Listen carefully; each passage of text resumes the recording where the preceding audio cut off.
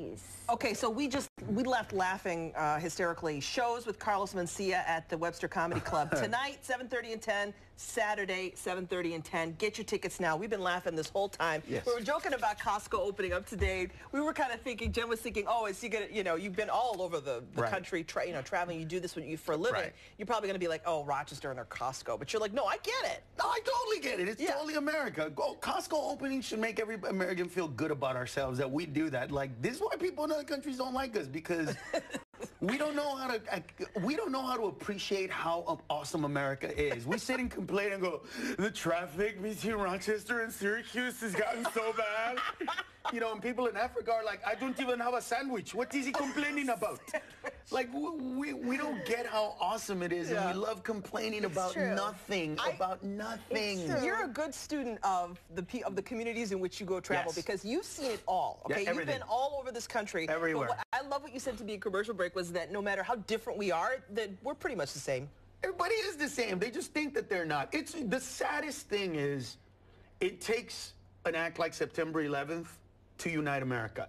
That's the sad thing, that it takes some kind of tragedy like that for you not to be mixed, for me not to be Latino, for you not to be white, for all of us to be American.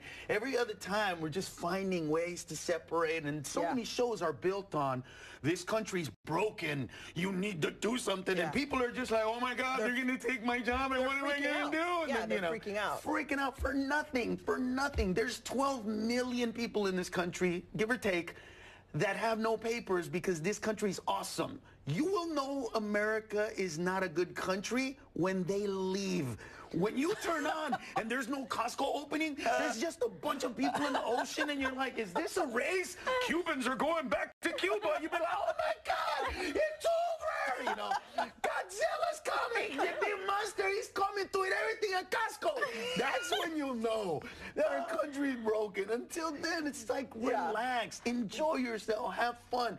I mean, we're not upset because we're starving or because of wars or because of anything. We're upset because last night during an interview, this guy said something that hurt my feelings, and like, really? Are you saying we're too sensitive? Oh, you don't Maybe think? as a society Of we're too course sensitive? we're too sensitive. Yeah. I mean, come on, we live in a society that thinks we're gonna stop bullying. Yeah. Like, how arrogant / naive is it to think that we're going to accomplish something that Jesus couldn't, Buddha couldn't, Muhammad couldn't, Abraham couldn't, Martin Luther King couldn't, Gandhi couldn't? Were you bullied as a kid? Yes, of course. But my father prepared me for that. My father would call me a racial epithet growing up. The whole up until I was 10 years old. Wow. Really? Because I eat beans, he added an ER to the end. That's what he would call me. Until I was 10. And then one day I was like, why do you do this? He said, because one day somebody's going to call you that in anger and you're going to laugh. And I thought he was the dumbest man ever. Okay. This happened in 1977. Okay. In 1989, I was walking out of the Omni Hotel at Corpus Christi, really nice hotel, and this guy did it. He called you that? Yeah, he goes, hey, what are you doing in a nice hotel like this, you effing B? And I went, oh my God, you're real. My dad told me about you, and he freaked out. He thought that his dad knew my dad, so he just got in a truck and ran away. And I had to call my dad. I had to run and get my quarters out, and I didn't have enough, so I called him collect. And we were broke, so we did the whole, because you had the codes back then, and the code was you call collect, but you say, you give the number and tell him to call me back, then he would call me back. So we did the whole thing, he called me back. Yeah. I see what you're saying. Because this is back in the day. This was back in the day when if you were a kid and your mom's going to hit you, even if you had a phone, you better hope that those 7 numbers to the police station didn't have 8s, 9s, or 0s.